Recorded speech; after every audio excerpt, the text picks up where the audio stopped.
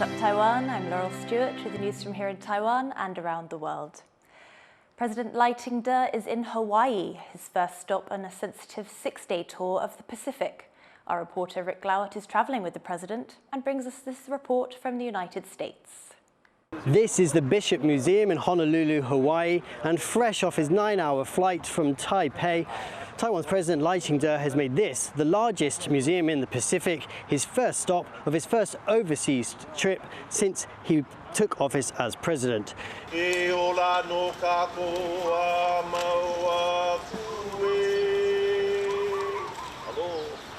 Earlier, Lai was welcomed by the state's governor and also Taiwanese people living in Hawaii. This trip has been labelled an unofficial transit. China has hit out at the US for hosting Lai, saying Washington should treat it with utmost caution. During his 2 days here in Hawaii, Lai is also visiting a disaster response centre and he's expected to meet with local officials, shoring up that all-important Taiwan-US relationship as the country transitions from a Biden presidency to a Trump presidency. He'll also be looking to reassure Taiwanese back home amid concerns of what stance Trump will take when it comes to Taiwan. John Su and Rick Glauert in Honolulu, Hawaii for TaiwanPlus. Taiwanese baseball players have come out on top once again. The country's junior team has returned to Taiwan after winning the Under-12 Asian Baseball Championships in Japan, right after the national team's win at the WBSC Premier 12 tournament. Wesley Lewis has more. A hero's welcome. After winning the Under-12 Asian Baseball Championship in Japan, Taiwan's Little League baseball team has returned with a trophy. At Songshan Airport in Taipei, their friends and relatives greet them with colorful wreaths and cheers. The team beat South Korea in the final match. 166-centimeter tall captain Zhou Zhenquan said height was a major obstacle his team had to overcome. 因为韩国队每个身高都170、180，所以我觉得我们很厉害。没有畏惧别人比你高的。对。Stepping up to the challenge was pitcher Huang Liyuan. His winning pitch carried his team to victory and earned him the Most Valuable Player award.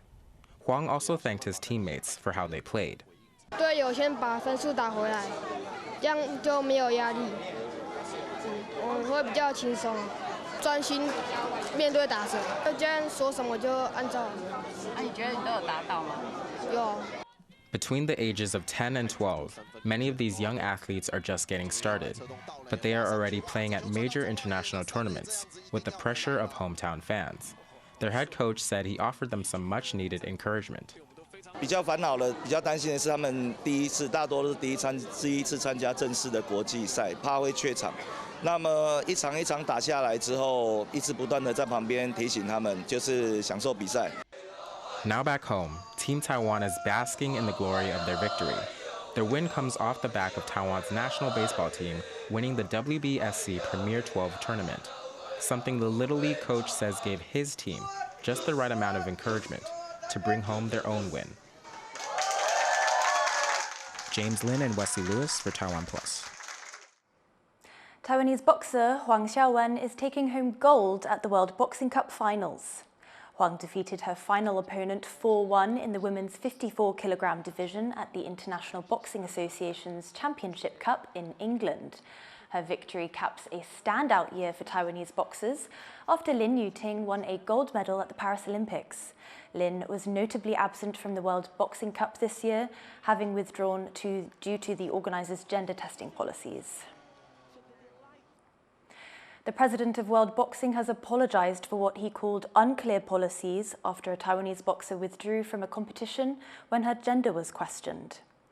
Taiwan's sports administration says Boris van der Worst promised to work with experts from the International Olympic Committee to improve his organisation's gender testing and standards.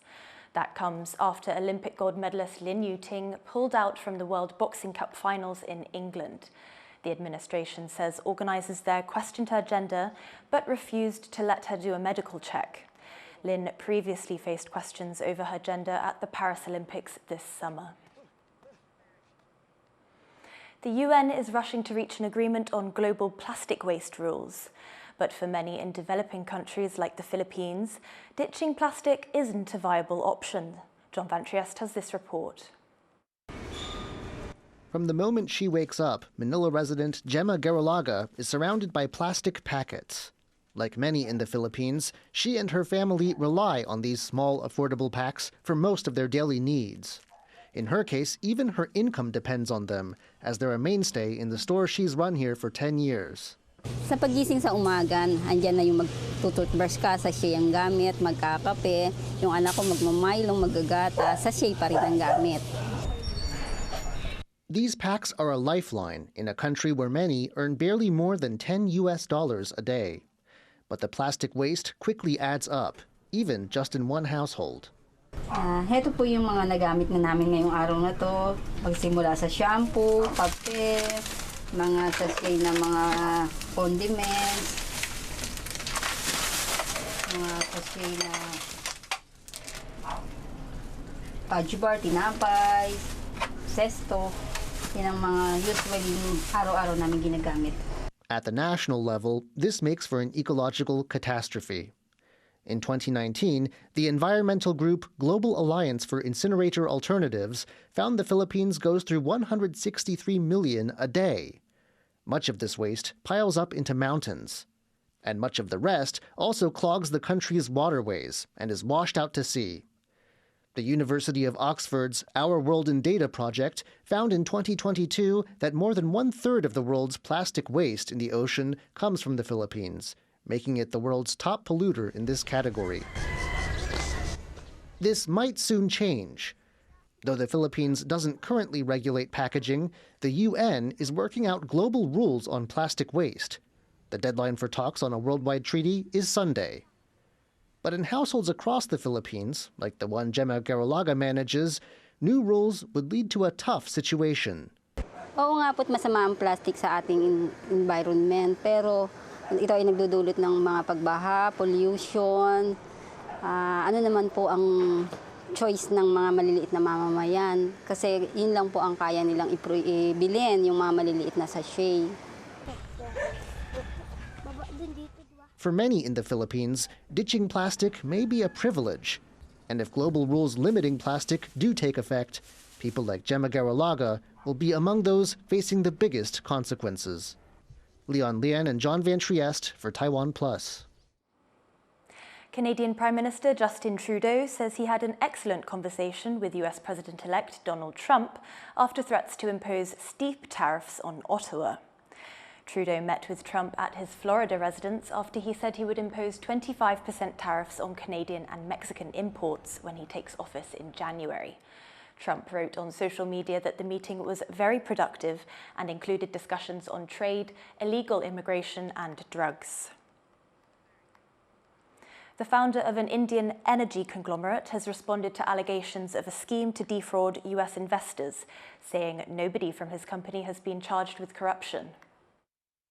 Less than 2 weeks back, we faced a set of allegations from the US about compliance practices at Adani Green Energy. This is not the first time we have faced such challenges. What I can tell you is that every attack makes us stronger. US prosecutors filed an indictment alleging Adani Group had planned to pay more than $250 million in bribes to secure contracts for their renewable energy business. They're accused of hiding their plan from investors and banks. Founder Gautam Adani denies the allegations and says his company is committed to global regulatory compliance. At least 9 people are dead in Thailand after some of the worst flooding in decades. Authorities say tens of thousands of people have been evacuated due to rising water levels in the country's south. Rescue teams are delivering food supplies and providing shelter for those affected. More heavy rain is expected in the region. At least 1 person is dead after a fire in a residential building in Taipei. The blaze engulfed the 16th floor of an apartment block in the densely populated Da'an district early Sunday morning. Firefighters put out the flames and rescued a 19-year-old man. His mother was found in the apartment with no signs of life and was pronounced dead in the hospital. Officials say the cause of the fire is being investigated. Malaysia is boosting its agricultural sector. It's part of a plan to become self-sufficient when it comes to food production. And it's found a useful partner in Taiwan. Tiffany Huang explores the little-known link between Taiwan and Malaysia's agricultural development. 我们这边是种玉米，这个玉米也是台湾的玉米的水煮白色的玉米，在台湾他们叫做。Every day, 41-year-old farmer Li Fa-cheng tends to his crops in the rural village of Rasa, Malaysia, an hour's drive from the capital Kuala Lumpur. Many of his seedlings are from Taiwan, where he studied agricultural production, and he's using a planting technique that he learned there. 我们就会用特定的这样子的不织布的袋子，这个袋子的优势是它可以就是根系可以直接穿透。我们再把这个介质给放进去土里头，再把一颗，再把它定植起来，固定好，我们就可以移出去我们的这个育苗室了。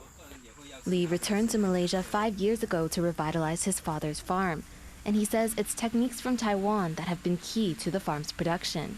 台湾教会了，给了我那个工具，我就要自己去用。这个也是我们木瓜苗好卖的原因。With production going well, Lee has now set his mind on growing the farm into an even bigger business. 这边是我们农场正在兴建的一个咖啡厅的建筑。Lee has dreams of turning his farm into a leisure farm, not just a place for production, but a space for people to learn about where their food comes from, plant and harvest crops, and consume the farm's products in a cafe setting like this, all in a day's visit. 这个休闲农业的这个概念是我在台湾这个升学的时候，在我升学的过程里头，我时常都会向校外去移动，校外去跑动，去吃吃喝喝玩玩这样子，那就可以看到台湾的农业其实不只是在做生产而已。2 hours west, at a rice factory along the coast, another farmer is also using techniques from Taiwan to expand his business. 马来西亚这套机器是可以洒水的，可以洒水，可以出苗，通用的。这个技术是台湾引进过来的。Alan Lim has grown his rice farm in the agricultural town of Sekinchan into an operation that also provides services to other farms in the area, giving his business extra income. 目前碾米厂是没有这个碾米，单单做米这块是没有生存空间啦。虽然我们公司的话，我们可以做其他的，我们可以做这个插秧，插秧这一块拿来补贴给我们的这个碾米工厂，所以无形中救了我们的工厂。Lim's factory was introduced to that technology early on. From the seeding conveyors to the transplanters, these machines were all brought over from Taiwan to Malaysia over 2 decades ago. And with 2 transplanters, farmers can plant the equivalent of over 2 football fields of rice in just 2.5 hours. They say this has rapidly sped up their process in such a labor-intensive task, and that they'll keep using these same Taiwanese machines to do so as long as they can last. Taiwan's agriculture ministry hopes that it can continue to share these homegrown technologies and strategies to improve the lives of Malaysian farmers, who it says it uniquely relates to.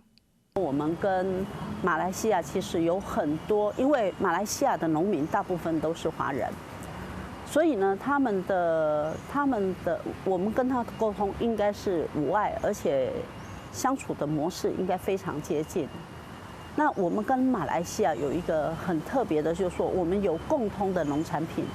These farmers are already making the most of their connection to Taiwan, a relationship that Taiwan hopes to expand for the benefit of more Malaysian farms. Patrick Chen and Tiffany Huang in Sekinchan, Malaysia for TaiwanPlus. Thank you for watching What's Up Taiwan. Finally, take a look at these twin giant pandas playing in a snow in a zoo in South Korea. I'm Laurel Stewart. Take care and see you next time.